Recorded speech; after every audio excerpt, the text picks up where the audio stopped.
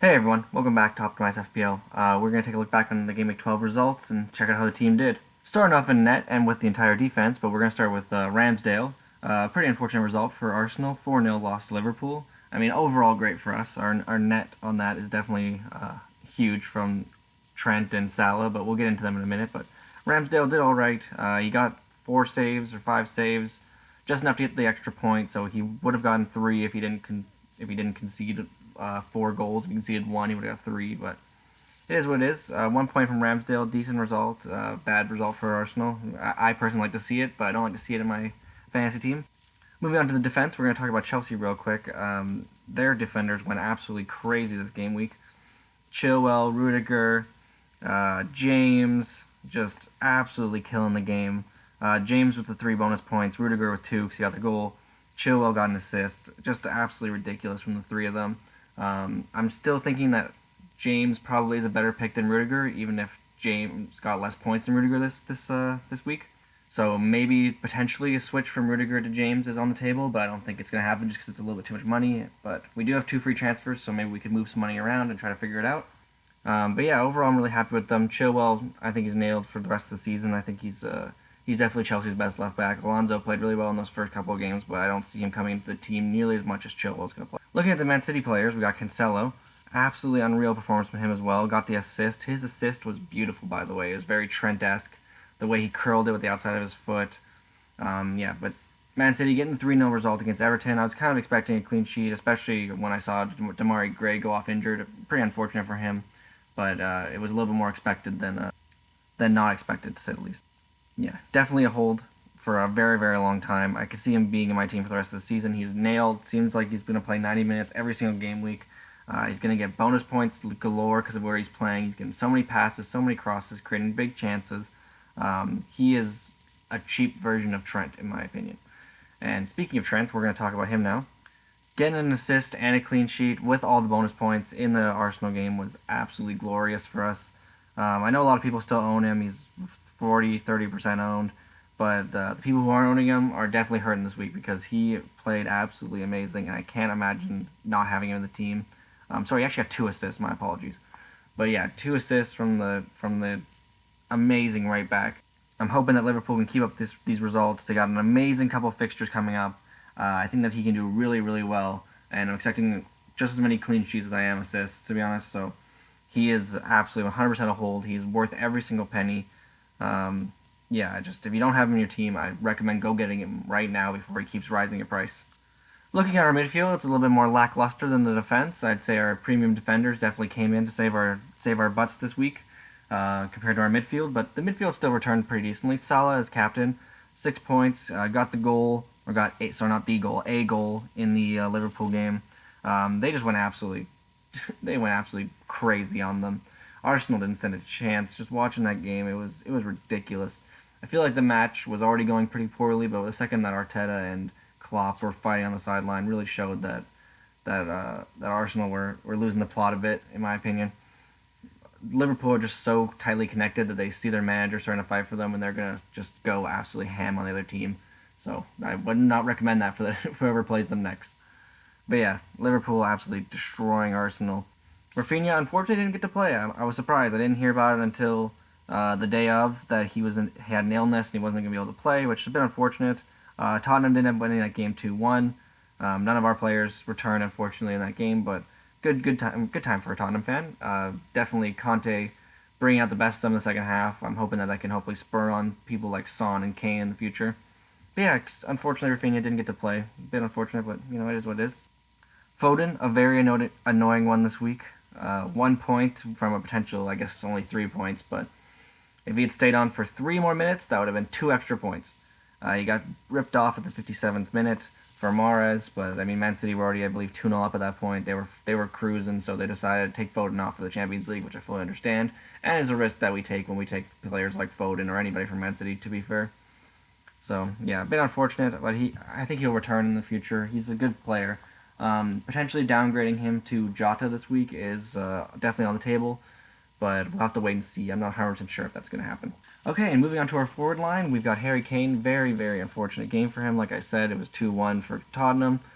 Beating Leeds, playing really well in the second half. He got the ball in the box. hits the post from a deflection from the keeper. Just really unfortunate. I feel like he could have scored a goal that game. He's playing really, really well the second half. First half, absolutely atrocious.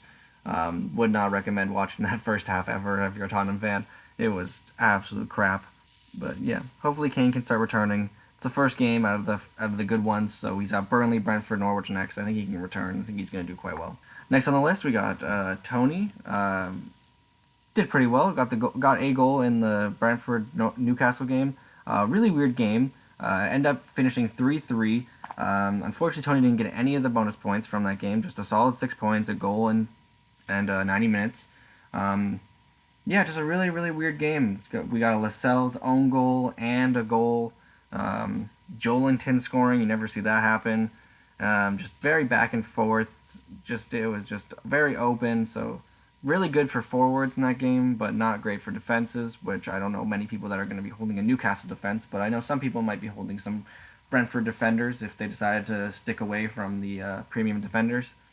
But yeah, just a very odd game. Happy to see Tony finally getting a return. It's been a couple game weeks. Last time he returned was against Liverpool, which was also a 3-3 result in game week 6. But yeah, considering it's been 6 game weeks and he hasn't returned once, it's nice to see him return, especially with some good fixtures coming up. Everton looked really weak in that last game. Spurs, second half looked better, but we'll have to see if that can stick. And then Leeds and Watford, great games for Tony, so hopefully he can get some more returns in the future. Last up, and the only goal scorer in the Wolves game was Jimenez. They played West Ham United. It seemed like from the highlights that I watched, I didn't get to watch the full game, that Wolves were on top. They definitely had a lot more big chances created. It seems like players like Traore and Hwang and Jimenez had lots of great opportunities, but luckily it was only Jimenez that got the goal. Got 2 points as well. Not too much else to say about him. Just did well, and they got some pretty decent fixtures coming up. The problem with having so many good players with so many good fixtures coming up is that I've now got 2 free transfers that I don't know what to do with. Players like Jimenez would have been taken out in like 2 game weeks from now, but I'm not going to take him out before Norwich and Burnley. That'd be absolutely insane. So I'm not exactly sure what I'm going to do. Maybe Rafinha's illness is worse than we first considered, and maybe I'll take him out for somebody. Maybe bring in a West Ham player early. Maybe Foden potentially comes out of the team because he's such a rotation risk. But I mean, his fixtures are so good. Maybe I bring in a different Man City player like Bernardo Silva. Just a lot to think about. But yeah. Looking to the bench, we had Livramento come on for Rafinha for the 1 point, which is a bit unfortunate considering Southampton were playing Norwich. You don't expect them to do too well, but I guess their new manager, Dean Smith, was able to get something out of them. Yeah, Livramento has been so good this season, coming off the bench for us, that I'm not really too surprised that he only got 1 point. Just disappointed to say. Smith Rowe, 2 points. Didn't really do much in the Liverpool game. To be fair, none of Arsenal did very well in that game, so can't really hold him too high of a standard there. Brownhill, also 2 points. Nothing too special in that game. For Brownhill, at least. I mean, it was a 3-3 result against Burnley. Very crazy game as well. Benteke doing absolutely amazing in that game, scoring 2 goals. It was pretty ridiculous, but we'll talk about them in a few minutes here. Last up on our bench, we had Foster, 5 points, getting an assist in the Manchester United game after conceding to Donny van de Beek, leading to the sacking of Ole Gunnar Solskjaer. Absolutely insane game. 2 goals in the last few dying minutes, and after the 90th minute. Dennis going absolutely crazy, getting a goal and 2 assists. King showing that he is a potential starter from now on, like he's been doing very well. A lot of Watford players, I think, that are a lot of Watford strikers are definitely people to consider for the next couple game weeks. But yeah, overall the predicted score for this team was 63.5. Pretty decent results for the team. I'm pretty sure the midfield and defenders alone were able to beat that score, but yeah. The total score with everybody involved was 85 points. Very, very good score this game week, pushing our overall score to 832 and our overall rank to 21,373. We're pushing back into the top 20K. I want to finish the season top 10K, so we got to keep pushing on here, keep getting these big results, and keep hopefully getting our differentials to get lots of points. The team is very template according to Live FPL, but I guess we just have just enough differentials to do well and keep rising those ranks. Okay, so we're just going to take a quick look at some of the game week's really good players. Mings getting a goal in the Aston Villa game. Very decent from him. I mean, he did pretty well. Aston Villa overall looked much better under what's his name? Steven Gerrard. Getting a 2-0 result against Brighton at home was a very decent result. They got like okay fixtures coming up, but not great. Crystal Palace and Leicester have been okay, but Man City and Liverpool absolutely would avoid. Did great in this game, but would avoid him. Trent Alexander-Arnold, we talked about him already. Same with Rudiger and even James and Cancelo. We talked about most of these defenders already. Very, very good defenders. Sa getting a clean sheet against West Ham United is a very good result for him. Norwich and Burnley coming up are great fixtures, but again, like I said, kind of similar to Mings. They got really hard fixtures coming up after those. Would not recommend getting him anytime soon.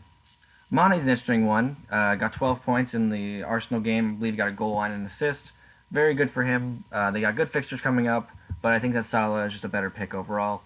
Højbjerg getting the goal and I guess a few bonus points in the Leeds game. It's pretty interesting, but I wouldn't recommend him either. He's a center defensive mid. I just don't think that that's going to lead to too many goals. I mean, he has been doing quite well, and for his price, it's pretty decent. I believe he's like around 5 million, right? Yeah, 4.9. So yeah, he's a decent price. Could be like a fifth player off the bench, but I really wouldn't recommend it. I feel like people like Smith Rowe and other cheap options like that are much better.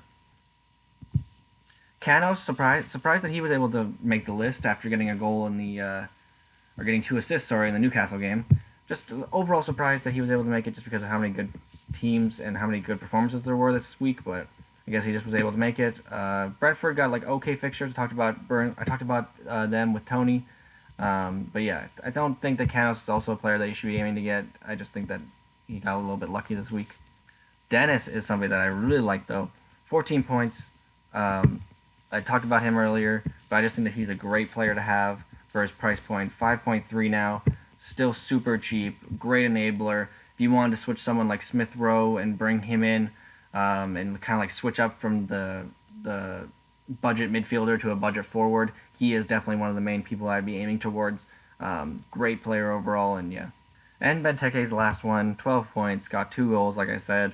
Pretty crazy game, and overall a very crazy game week. Thank you all for watching and taking the time. Please feel free to subscribe and leave any comments if you have any thoughts on the team or if you have any questions about your own team.